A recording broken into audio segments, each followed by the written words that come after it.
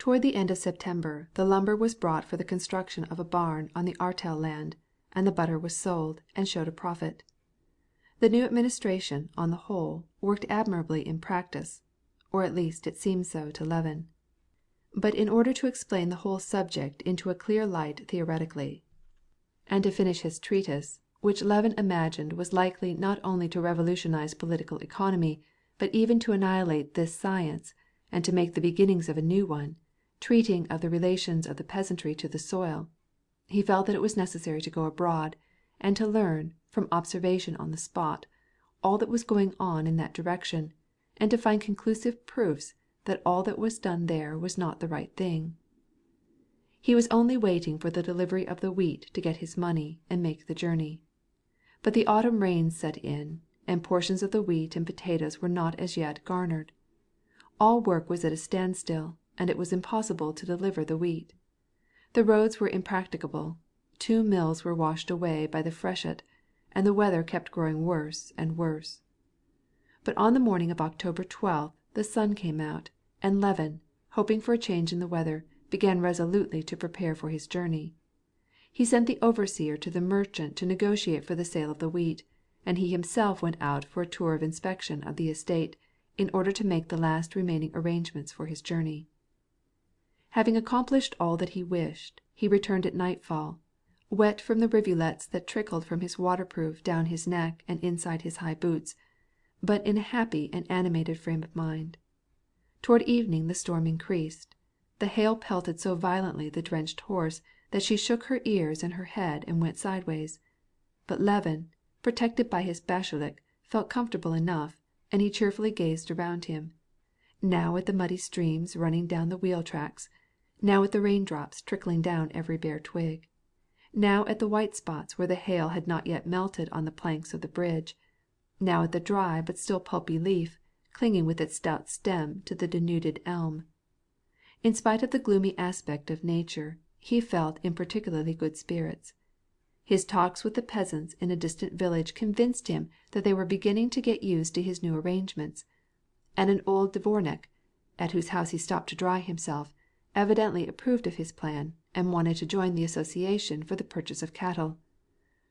"What is required is to go straight to my goal, and I shall succeed," thought Levin. "But the labor and the pains have an object.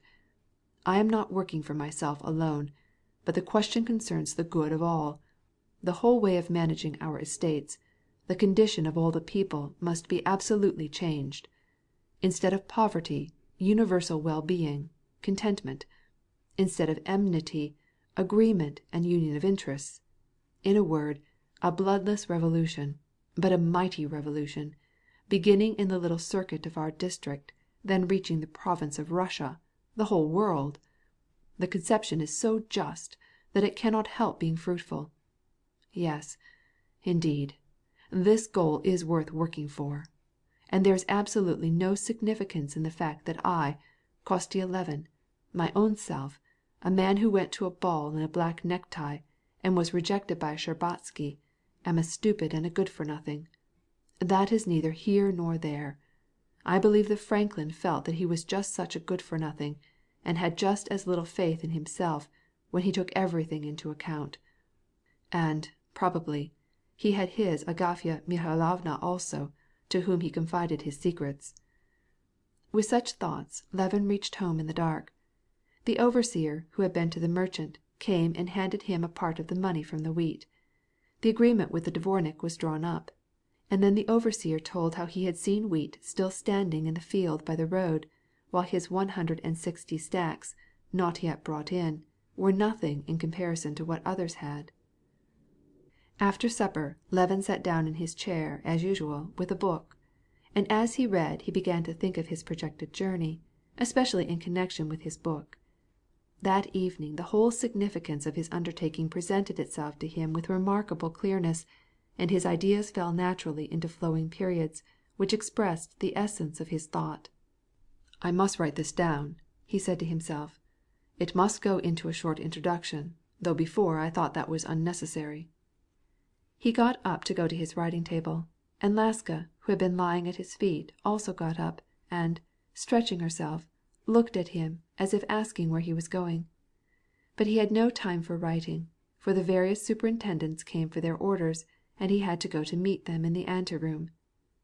After giving them their orders, or rather, having made arrangements for their morrow's work, and having received all the muzhiks who came to consult with him, Levin went back to his library and sat down to his work. Laska lay under the table. Agafya Mikhailovna, with her knitting, took her usual place.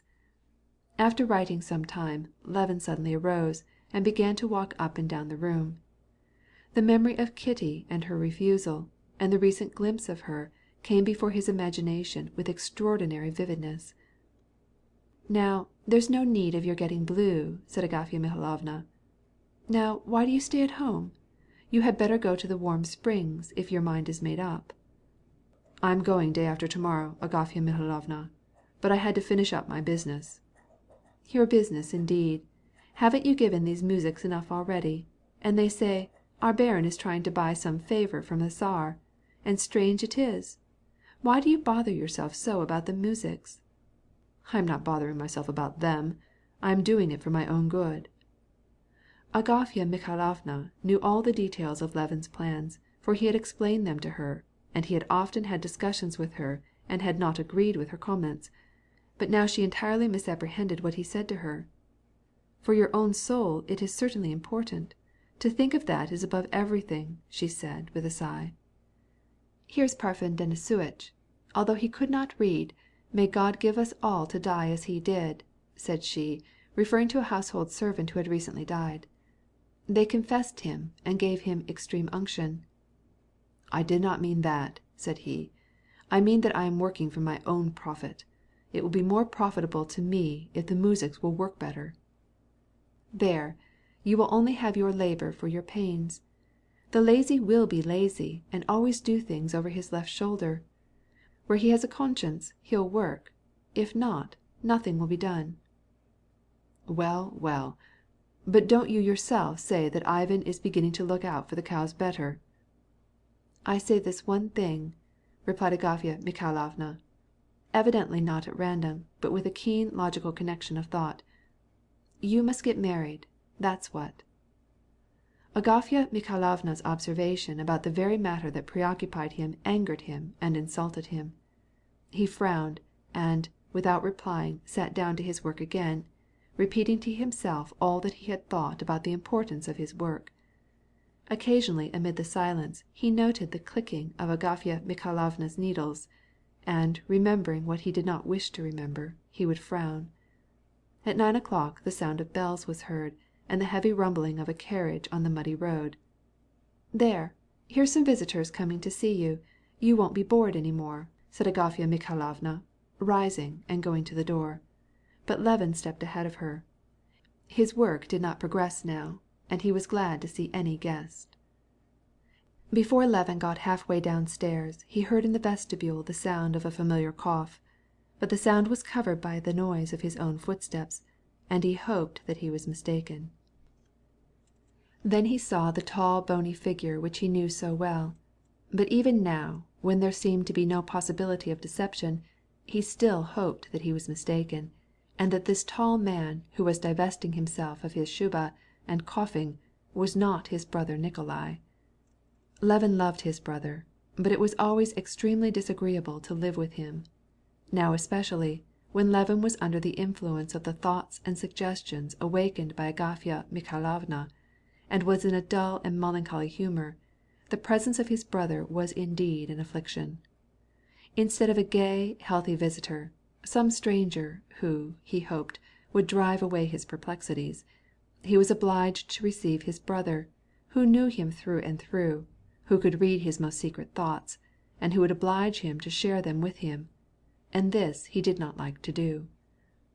Angry with himself for his unworthy sentiments, Levin ran down into the vestibule, and, as soon as he saw his brother close at hand, the feeling of personal discomfort instantly disappeared, and was succeeded by a feeling of pity.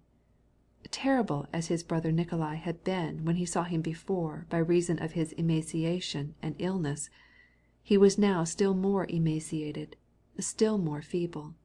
He was like a skeleton covered with skin. He was standing in the vestibule, stretching out his long, thin neck, and unwinding a scarf from it, and he smiled with a strange, melancholy smile. When Levin saw his brother's humble and pitiful smile, he felt a choking sensation. "Well, I have come to you," said Nikolai in a thick voice, and not for a second taking his eyes from his brother's face. "I have been wanting to come for a long time. Yes, I have. But I have been so ill. Now I am very much better," he added, rubbing his beard with his great bony hand.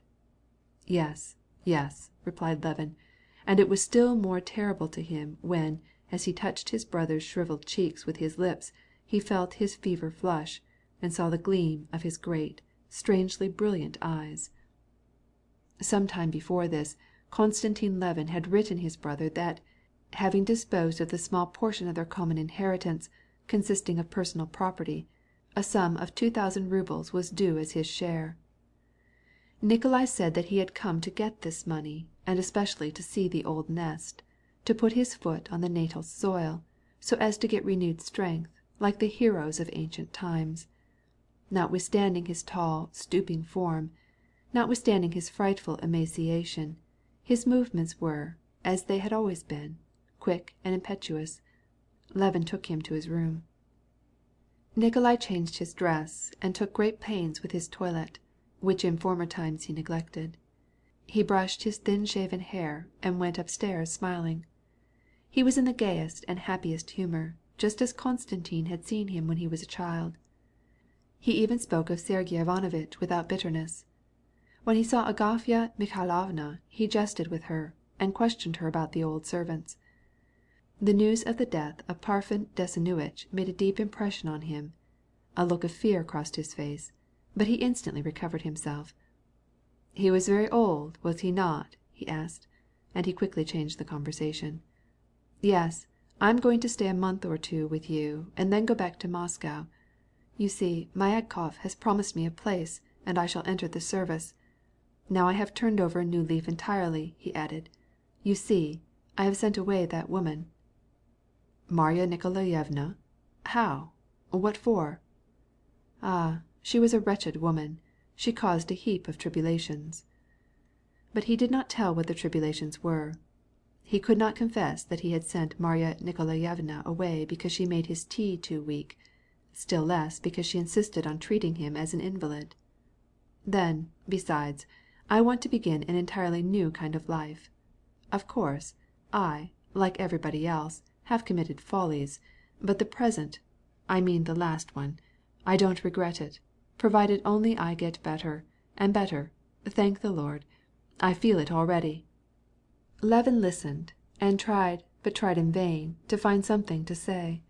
Apparently Nikolai had somewhat the same feeling. He began to ask him about his affairs, and Konstantin was glad to speak about himself because he could speak without any pretense. He frankly related his plans and his experiments. Nikolai listened, but did not show the least interest.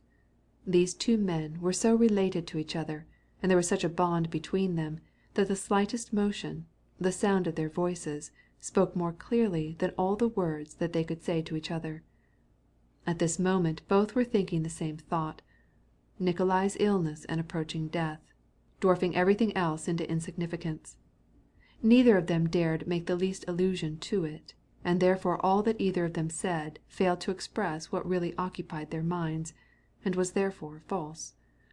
Never before had Levin been so glad for an evening to end, for bedtime to come. Never, even when obliged to pay casual or official visits, had he felt so false and unnatural as that evening. And the consciousness of this unnaturalness, and his regret, made him more unnatural still. His heart was breaking to see his beloved dying brother, but he was obliged to dissemble, and to talk about various things as if his brother were going to live.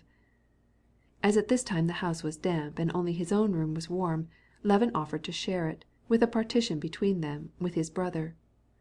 Nikolai went to bed, and slept the uneasy sleep of an invalid, turning restlessly from side to side, and constantly coughing. Sometimes when he could not raise the phlegm he would cry out, "Ugh, bozhe moi!" Sometimes when the dampness choked him, he would grow angry and cry out, "Ugh, the devil!" Levin could not sleep as he listened to him.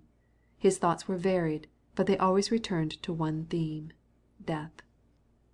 Death, the inevitable end of all, for the first time appeared to him with irresistible force. And death was here, with this beloved brother, who groaned in his sleep, and who called now upon God, now upon the devil. It was with him also. This he felt. If not today, then tomorrow. If not tomorrow, then in 30 years. Was it not all the same? And what this inevitable death was, not only did he not know, not only had he never before thought about it, but he had not wished, had not dared to think about it. Here I am working, wanting to accomplish something, but I forget that all must come to an end. Death. He was lying in bed in the darkness, curled up, holding his knees, scarcely able to breathe, so great was the tension of his mind. The more he thought, the more clearly he saw that from his conception of life he had omitted nothing except this one little factor, death, which would come and end all, and that there was no help against it, not the least. Yes, this is terrible, but it is so. Yes, but I am still alive. Now, what can be done about it? What can be done? He asked in despair. He lighted a candle and softly arose and went to the mirror, and began to look at his face and his hair. Yes, on the temples a few gray hairs were to be seen. He opened his mouth. His back teeth showed signs of decay. He doubled up his muscular arms. Yes, there's much strength, but this poor Nikolenka, who is breathing so painfully with the little that is left of his lungs, also had at one time a healthy body.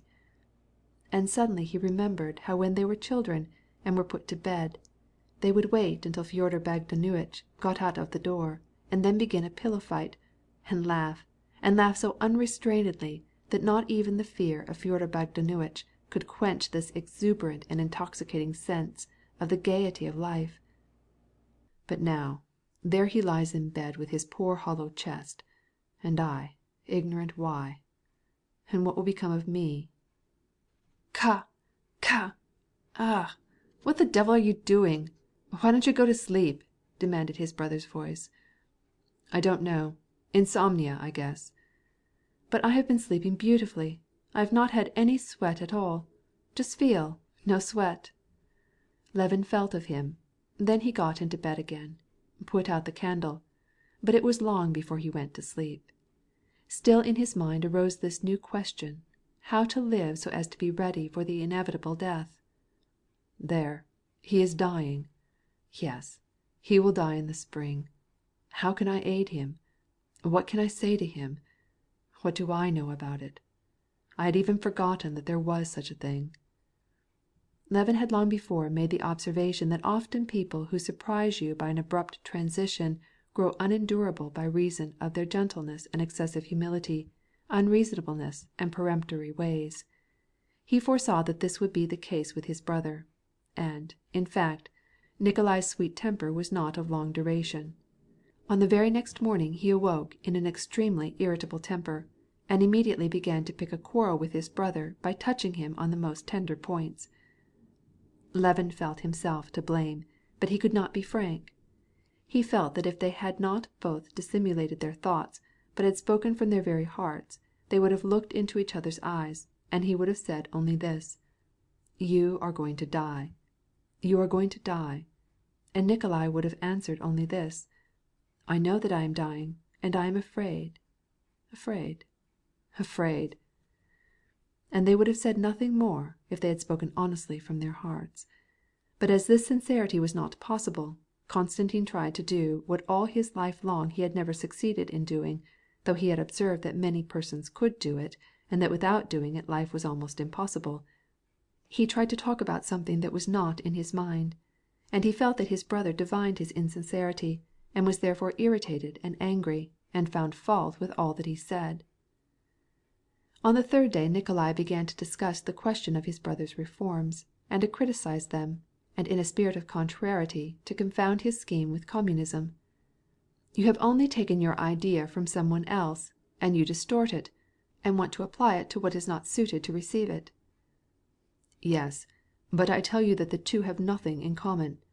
I have no thought of copying communism, which denies the right of property, of capital, of inheritance, but I do not disregard these stimuli." It went against Levin's grain to use these terms, but since he had begun his treatise he found himself, in spite of him, compelled to use non-Russian words. "All I want is to regulate labor." "In other words, you borrow a foreign idea.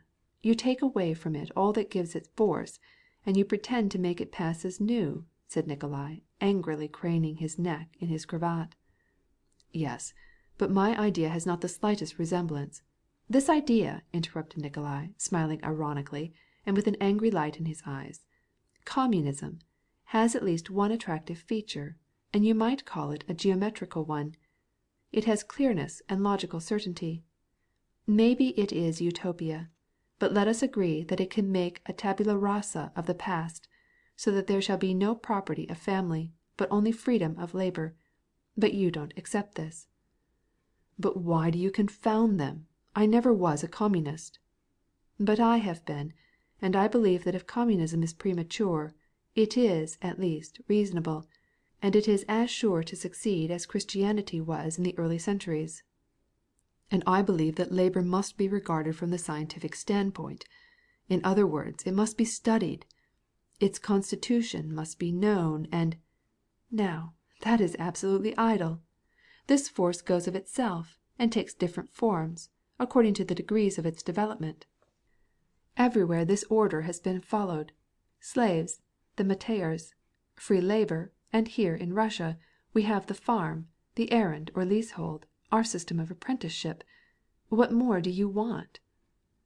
Levin took fire at these last words, the more because he feared in his secret soul that his brother was right in blaming him for wanting to discover a balance between communism and the existing forms, a thing which was scarcely possible. "I am trying to find a form of labor which will be profitable for all, for me and the laborer," he replied warmly. "That is not what you wish to do. It is simply this: you have, all your life long, sought to be original, and you want to prove that you are not exploiting the music, but are working for a principle." "Well, since you think so, let's end it," replied Konstantin, feeling the muscles of his right cheek twitch involuntarily. "You never had, and you never will have, any convictions, and you only wanted to flatter your conceit." "That is very well to say, but let us end the matter." "Certainly I will. It was time long ago. You go to the devil, and I am sorry that I came." Levin tried in vain to calm him. Nikolai would not listen to a word, and persisted in saying that they had better separate, and Konstantin saw that it was not possible to live with him. Nikolai had already made his preparations to depart, when Konstantin came to him and begged him, in a way that was not entirely natural, for forgiveness if he had offended him. "Ah, now, here's magnanimity," said Nikolai, smiling. "If you are very anxious to be in the right, then let us agree that this is sensible. You are right, but I am going all the same." At the last moment, however, as Nikolai kissed his brother, a strange look of seriousness came on him. "Kostya," he said, "don't harbor any animosity against me," and his voice trembled. These were the only words which were spoken sincerely. Levin understood that they meant, "You see and know that I am miserable, and we may not meet again." Levin understood this, and the tears came into his eyes. Once more he kissed his brother, but he could not find anything to say. On the third day after his brother's departure, Levin went abroad. At the railway station he met Shtcherbatsky, Kitty's cousin, and astonished him greatly by his melancholy. "What is the matter?" asked Shtcherbatsky. "Well, nothing, except that there is little happiness in this world." "Little happiness? Just come with me to Paris instead of going to some place like Mulhouse. I'll show you how gay it is." "No, I am done for. I am ready to die." "What a joke!" said Shtcherbatsky, laughing. "I am just learning how to begin." "I felt the same a little while ago. but now I know that my life will be short." Levin said what he honestly felt at this time. All that he saw before him was death or its approach. But still he was just as much interested as ever in his projects of reform. It was necessary to keep his life occupied till death should come. Darkness seemed to cover everything, but by reason of this darkness he felt that the only guiding thread through its labyrinth was to occupy himself with his labors of reform, and he clung to them with all the force of his character. Anna Karenina by Leo Tolstoy, translated by Nathan Haskell Doyle. Part 4, Chapter 1. Karenin and his wife continued to live in the same house and to meet every day, and yet they remained entire strangers to each other. Alexey Alexandrovitch made a point every day to be seen with his wife, so that the servants might not have the right to gossip, but he avoided dining at home. Vronsky was never seen there. Anna met him outside, and her husband knew it. All three suffered from a situation which would have been intolerable for a single day, had not each believed it to be transitory. Alexey Alexandrovitch expected to see this passion, like everything else in the world, come to an end, and thus his name would not be dishonored. Anna, the cause of all the trouble, and the one on whom the consequences weighed the most cruelly, accepted her position simply and solely because she expected, nay, was firmly convinced, that the matter would soon be explained and settled. She had not the least idea how it would come about, but she was certain that it would now come about very speedily. Vronsky, in spite of himself, submitting to her views, was also awaiting something to happen independent of himself, which should resolve all their difficulty. Toward the middle of the winter Vronsky had to spend a very tiresome week. He was delegated to show a foreign prince about Petersburg. Vronsky himself was a representative Russian. Not only was he irreproachable in his bearing, but he was accustomed to the society of such exalted personages. Therefore he was given the charge of the prince. But this responsibility was very distasteful to him. The prince did not want to let anything pass concerning which he might be asked on his return, "Did you see that in Russia?" And moreover, he wanted to enjoy as far as possible all the pleasures peculiar to the country. Vronsky was obliged to be his guide in the one and in the other. In the morning they went out to see the sights. In the evening they took part in the national amusements. The prince enjoyed exceptionally good health, even for a prince, and, owing to his gymnastic exercises and the scrupulous care he took of himself, notwithstanding the excesses to which he let his love for pleasure carry him, he remained as fresh as a great, green, shiny Dutch cucumber. He had been a great traveler, and had found that one of the great advantages of easy modern communication consisted in the fact that it brought national amusements into easy reach. In Spain he had given serenades, and fallen in love with a Spanish girl who played the mandolin. In Switzerland he had killed a chamois. In England leaped ditches in a red shooting jacket, and shot 200 pheasants on a wager. In Turkey he had penetrated a harem. In India he had ridden the elephant, and now he wanted to taste the special pleasures that Russia afforded. Vronsky, as master of ceremonies, arranged, with no little difficulty, a program of amusement truly Russian in character. There were races and blini, or carnival cakes, and bear hunts, and troika parties and gypsies, and feasts set forth with Russian dishes, and the prince with extraordinary appetite entered into the spirit of these Russian sports, broke his waiter of glasses with the rest, took a gypsy girl on his knee, and apparently asked himself if the whole Russian spirit consisted only in this, without going further. In reality, the prince took more delight in French actresses, ballet dancers, and white seal champagne than in all the other pleasures which the Russians could offer him. Vronsky was accustomed to princes, but either because he had changed of late, or else because he had too close a view of this particular prince, the week seemed terribly burdensome to him. During the whole week, without cessation, he experienced a feeling like that of a man placed in charge of a dangerous lunatic, who dreaded his patient, and, at the same time, from very force of proximity, feared for his own reason. Vronsky was constantly under the necessity of keeping up the strictest barriers of official reserve in order not to feel insulted. The prince's behavior toward the very persons who, to Vronsky's amazement, were ready to crawl out of their skin to give him experiences of Russian amusements, was scornful. His criticism on the Russian women whom he wanted to study more than once made Vronsky go red with indignation. What irritated Vronsky most violently about this prince was that he could not help seeing himself in him, and what he saw in this mirror was not flattering to his vanity. What he saw there was a very stupid, a very self-confident, and very healthy, and very fastidious man, and that was all. He was a gentleman, and Vronsky could not deny the fact. He was smooth and frank with his superiors, free and easy with his equals, coolly kind toward his inferiors. Vronsky himself was exactly the same, and was proud of it, but in his relations to the prince he was the inferior, and this scornfully good-natured treatment of himself nettled him. "Stupid ox! Is it possible I am like him?" he thought. However this may have been, at the end of the week, when he took leave of the prince, who was on his way to Moscow, he was delighted to be delivered from this inconvenient situation and this disagreeable mirror. They went directly to the station from a bear hunt, which had occupied all the night with brilliant exhibitions of Russian daring. On his return home, Vronsky found a note from Anna. She wrote, "I am ill and unhappy. I cannot go out, and I cannot live longer without seeing you.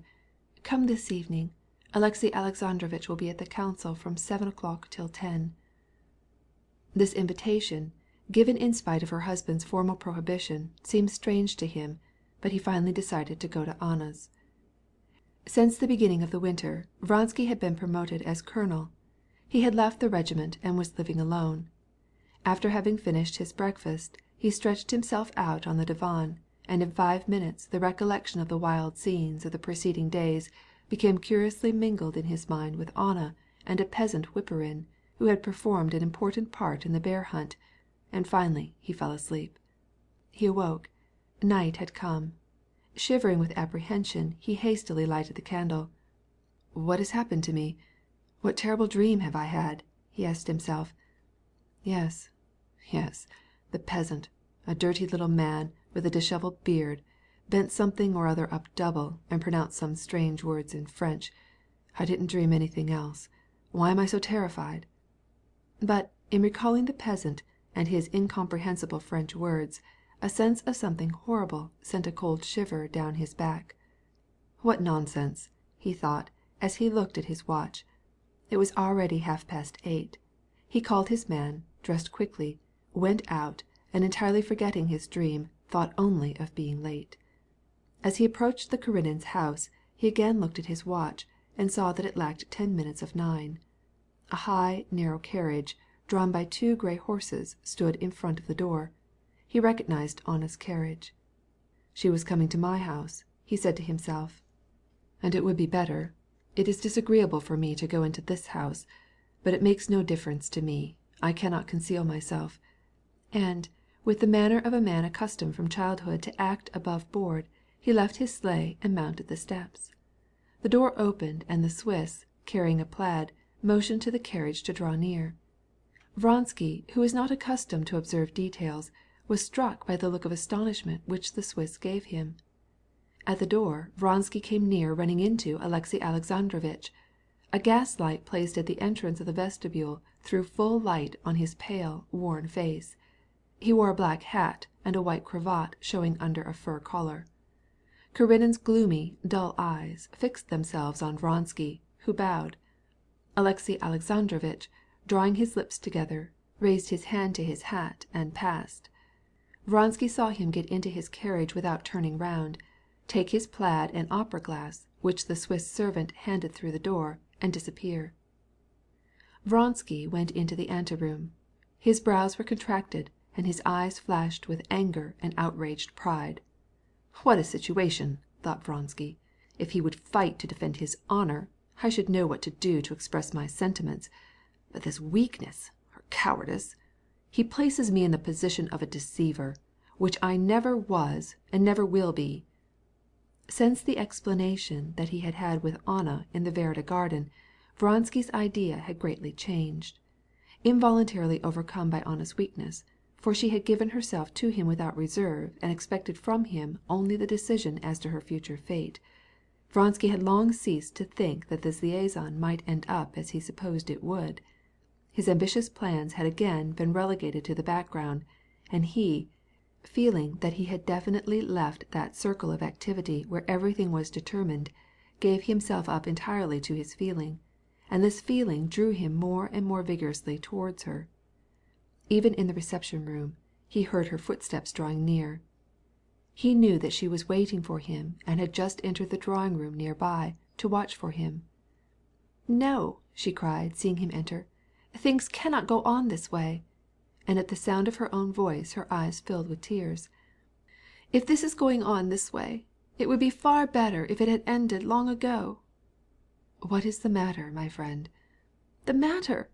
I have been waiting in torture for 2 hours. But no, I do not want to quarrel with you. Of course you could not come. No, I will not scold you any more." She put her 2 hands on his shoulders, and looked at him long, with her eyes deep and tender, although searching. She studied his face for all the time that she had not seen him. As always happened every time they met, she tried to compare her imaginary presentment of him. It was incomparably better because it was impossible in reality, with him as he really was. "Did you meet him?" she asked when they were seated under the lamp by the drawing-room table. "That is your punishment for coming so late." "Yes. How did it happen? Should he not have been at the council?" "He went there, but he came back again, and now he has gone off somewhere again. But that is no matter.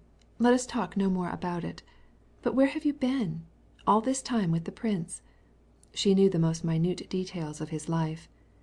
He wanted to reply that as he had no rest the night before, he allowed himself to oversleep, but the sight of her happy, excited face made this acknowledgment difficult, and he excused himself on the plea of having been obliged to go and present his report about the prince's departure.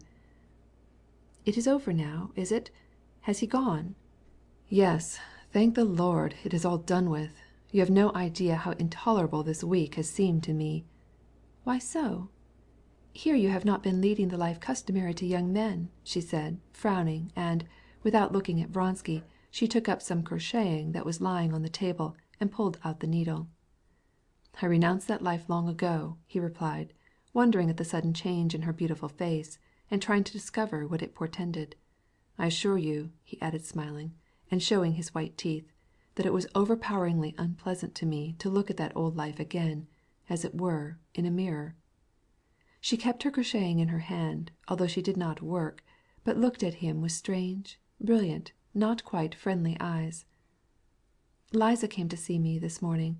They are not yet afraid to come to my house, in spite of the Countess Lidia Ivanovna," and here she stood up, "and told me about your Athenian nights. What an abomination!" "I only wanted to tell you that—" She interrupted him. "That it was Teresa whom you used to know?" "I was going to say, how odious you men are! How can you suppose that a woman forgets?" And she, growing more and more animated, and then disclosing the cause of her irritation. "And above all a woman who can know nothing of your life. What can I know except what you wish to tell me? And how can I know whether it is the truth? Anna, you insult me. Have you no longer any faith in me? Have I not told you that I have no thoughts which I would conceal from you?" "Yes, yes," she said, trying to drive away her jealous fears. "But if you only knew how I suffer! I believe in you. I do believe in you. But what did you want to say to me?" He could not instantly remember what he wanted to say. Anna's fits of jealousy were becoming more and more frequent, and, however much he tried to conceal it, these scenes made him grow cool toward her, although he knew that the cause of the jealousy was her very love for him. How many times had he not said to himself that happiness existed for him only in this love? And now that she loved him as only a woman can love for whom love outweighs all other treasures in life, happiness seemed farther off than when he had followed her from Moscow. Then he considered himself unhappy, but happiness was in sight. Now he felt that their highest happiness was in the past. She was entirely different from what she had been when he first saw her. Both morally and physically she had changed for the worse. The beauty of her form was gone, and when she spoke about the French actress, a wicked expression came over her face which spoiled it. He looked at her as a man looks at a flower which he has plucked and which has faded, and he finds it hard to recognize the beauty for the sake of which he had plucked it and despoiled it. And yet he felt that at the time when his passion was more violent, he might, if he had earnestly desired it, have torn his love out of his heart. But now, at the very time when it seemed to him that he felt no love for her, he knew that the tie that bound him to her was indissoluble. "Well, well, tell me what you have to say about the prince," replied Anna. "I have driven away the demon. I have driven him away," she added. Between themselves they called their jealousy the demon. "You began to tell me something about the prince.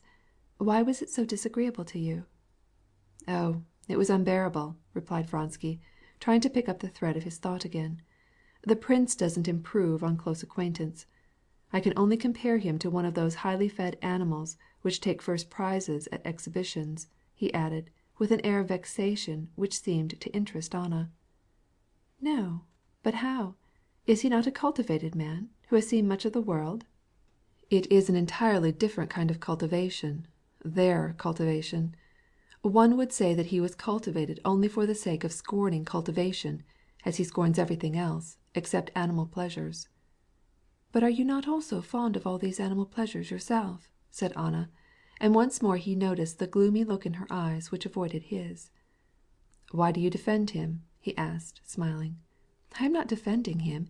It is all absolutely indifferent to me. But it seems to me if you do not like these pleasures, you might dispense with them.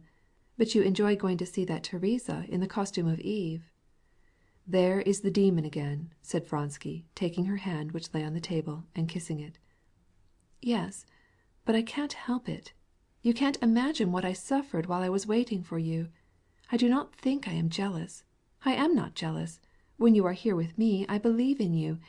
But when you are away, leading a life so incomprehensible to me—" She drew away from him, drew the crochet needle out of her work, and speedily, with the help of her index finger, the stitches of white wool gleaming in the lamplight began one after another to take form, and swiftly, nervously, the delicate wrist moved back and forth in the embroidered cuff. "Tell me, how was it? Where did you meet Alexey Alexandrovitch?" she asked suddenly, in a voice still sounding unnatural. "We ran against each other at the door." "And did he greet you like this?" She drew down her face and, half closing her eyes, instantly changed her whole expression, and Vronsky suddenly saw the same look in her pretty features which Alexey Alexandrovitch had worn when he bowed to him. He smiled, and Anna began to laugh, with that fresh, ringing laugh which was one of her greatest charms. "I really do not understand him," said Vronsky. "I should have supposed that after your explanation at the dacha he would have broken off with you and provoked a duel with me. But how can he endure such a situation? He suffers, that is evident." "He?" she said with a sneer. "Oh, he is perfectly content." "Why should we all torture ourselves in this way, when everything might be so easily arranged?" "Only that doesn't suit him. Oh, don't I know him, and the falsity on which he subsists! How could he live as he lives with me if he had any feelings? He has no susceptibilities, no feelings. Could a man of any susceptibilities live in the same house with his guilty wife? How can he talk to her? How can he address her familiarly?" And again she imitated the way her husband would say, "Toi, ma chère, toi, Anna." "He is not a man, I tell you. He is a puppet. No one knows it, but I know it. Oh, if I had been in his place, I would long ago have killed, have torn to pieces, a wife like myself, instead of saying, 'Toi, ma chère Anna,' to her. But he is not a man. He is a ministerial machine. He does not understand that I am your wife, that he is nothing to me, that he is in the way. No, no, let us not talk about him." "You are unjust, my dear," said Vronsky, trying to calm her. "But all the same, let us not talk any more about him. Tell me how you do. How are you? You wrote me you were ill. What did the doctor say?" She looked at him with gay raillery. Evidently she saw ridiculous and abominable traits in her husband, and would willingly have continued to speak about them. But he added, "I suspect that you are not really ill, but that it comes from your condition. When will it be?" The sarcastic gleam disappeared from Anna's eyes, but suddenly a different kind of smile, a token of a gentle melancholy, of some feeling he could not comprehend, took its place. "Soon, very soon. You said our position is painful, and that it must be changed. If you knew how hard it is for me, what I would give to be able to love you freely and openly, I should not torment myself, and I should not torment you with my jealousy. And this will be soon, but not in the way we think." And at the thought of how this would take place she felt such pity for herself that the tears filled her eyes and she could not go on. She put her white hand, with the ring sparkling in the lamplight, on Vronsky's arm. "This will not be as we think. I did not intend to speak to you about this, but you compel me to. Soon, very soon, every knot will be disentangled, and all of us, all, will be at peace, and we shall not be tormented any more." "I do not know what you mean," he said, yet he understood her. "You ask, when will it be? Soon, and I shall not survive it. Don't interrupt me." And she went on speaking rapidly. "I know it. I am perfectly certain I am going to die. And I am glad to die, and to free myself, and you." Her tears continued to fall.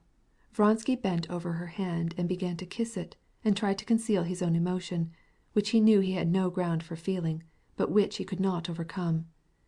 "It is better that it should be so," she said, pressing his hand fervently. "It is the only thing left for us." "What a foolish idea," said Vronsky, lifting up his head and regaining his self-possession. "What utter nonsense you are talking." "No, it is the truth." "What do you mean by the truth?" "That I am going to die. I have seen it in a dream."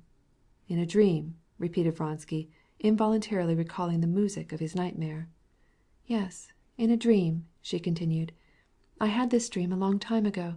I dreamed that I ran into my room to get something or other. I was searching about, you know, as one does in dreams," she said, opening her eyes wide with horror.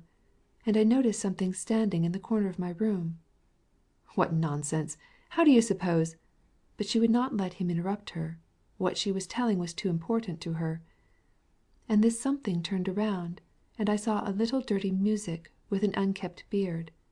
I wanted to run away, but he bent toward a bag, in which he moved some object. She made the motion of a person rummaging in a bag. Terror was depicted on her face, and Vronsky, recalling his own dream, felt the same terror seize his soul. And all the while he was searching he talked fast, very fast, in French, lisping, you know. Il faut le battre, le faire, le broyer, le paître. I tried to wake up, but I only woke up in my dream, asking what it could mean. And Karenina said to me, 'You are going to die. You are going to die in childbed, Matushka.' And at last I woke up."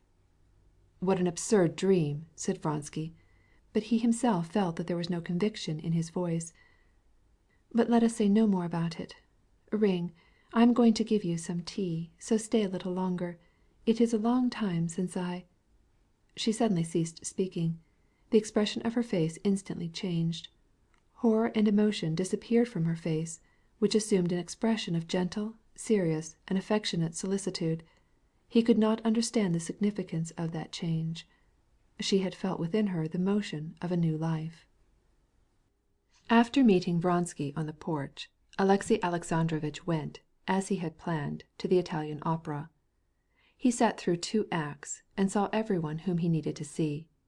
Returning home, he looked carefully at the hat rack, and, having assured himself that there was no uniform overcoat in the vestibule, went straight to his chamber. Contrary to his usual habit, instead of going to bed, he walked up and down his room till 3 o'clock in the morning.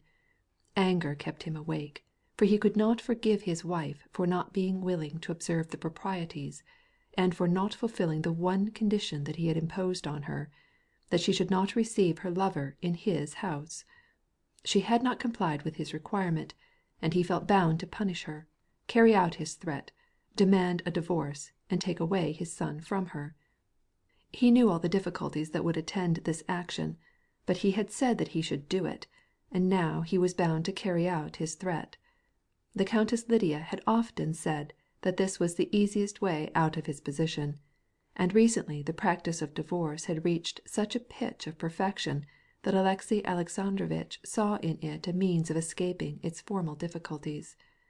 Moreover, misfortunes never come single, and the trouble arising from the organization of the foreign population and the irrigation of the fields in the government of Zarai had caused Alexey Alexandrovitch so much unpleasantness in his office that for some time he had been in a perpetual state of irritation.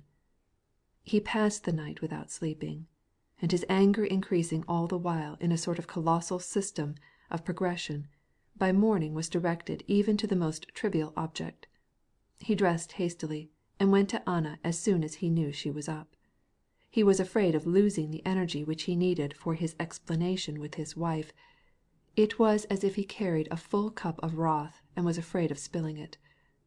Anna believed that she thoroughly knew her husband, but she was amazed at his appearance as he came in. His brows were contracted, and his eyes looked gloomily straight ahead, avoiding hers. His lips were firm and scornfully compressed. Never had his wife seen so much decision as she saw now in his gait, in every motion, in the sound of his voice. He entered without wishing her good morning, and went directly to her writing desk, and, taking the key, opened the drawer. "What do you want?" cried Anna. "Your lover's letters." "They are not there," she said, closing the drawer, but he knew by her action that he had guessed aright, and, roughly pushing away her hand, he quickly seized the portfolio in which he knew Anna kept her important papers. She attempted to regain it, but he held it at a distance. "Sit down. I want to speak to you," he said, placing the portfolio under his arm, and holding it so firmly with his elbow that his shoulder was raised by it. Anna looked at him, astonished and frightened, but said nothing. "I told you that I would not permit you to receive your lover in this house." "I needed to see him to—" She stopped, unable to find a plausible explanation. "I will not enter into details, and have no desire to know why a woman needs to see her lover." "I only," she said, flashing up and feeling that her husband's rudeness made her bold. "Is it possible that you are not aware how easy it is for you to insult me?" "One can insult only an honest man or an honest woman. But to tell a thief that he is a thief is only la constatation de la faute, the statement of a fact." "That is a degree of cruelty that I never recognized in you." "Ah, you find a husband cruel because he gives his wife perfect freedom, gives her the protection of an honest, noble name, on the sole condition that she respect the laws of propriety. You call that cruelty?" "It is worse than cruelty. It is cowardice, if you insist on knowing," cried Anna, with an outburst of anger, and, rising, she started to go. "No!" cried he in his piping voice, which was now a tone higher than usual, and seizing her by the arm with his great bony fingers so roughly that one of Anna's bracelets left a red print on her flesh, he forced her back into her place. "Cowardice indeed! If you wish to employ that word, apply it to her who abandons her son and husband for a lover, and nevertheless eats her husband's bread." Anna bowed her head. She not only did not say what she had said the evening before to her lover, that he was her husband while her husband was in the way. She did not even think it. She appreciated all the justice of his words, and she replied in a low voice, "You cannot judge my position more severely than I do myself. But why do you say all this?" "Why do I say this?" continued he as angrily as ever. "So that you may know that since you have paid no attention to my wishes, and have broken the rules of propriety, I shall take measures to put an end to this state of affairs." "Soon, very soon, it will terminate itself," said Anna, and again at the thought of that death which she felt near at hand, and now so desirable, her eyes filled with tears. "Sooner even than you and your lover have dreamed of. You need to make atonement by keen suffering." "Alexey Alexandrovitch, I do not say that this is not magnanimous, but it is not gentlemanly to strike one who is down." "You only think of yourself. The suffering of one who has been your husband is of little interest to you. It is a matter of indifference to you that his life has been overthrown, that he suffers." Alexey Alexandrovitch spoke so rapidly that he stammered and could not speak the word. This seemed ridiculous to Anna, but she immediately was ashamed of herself because anything could seem to her ridiculous at such a moment. For the first time, and for a moment, she felt for him and entered into his feelings and pitied him. But what could she say or do? She bowed her head and was silent. He also was silent for a little, then began again in a less piercing and colder voice, emphasizing the words of no special importance. "I came to tell you," she glanced at him. "No, that proves it to me," she said to herself as she remembered the expression of his face as he stammered over the word suffered. "No, how can a man, with his dull eyes, so full of calm self-satisfaction, feel anything?" "I cannot change," she murmured. "I have come to tell you that tomorrow I am going to Moscow, and that I shall not enter this house again.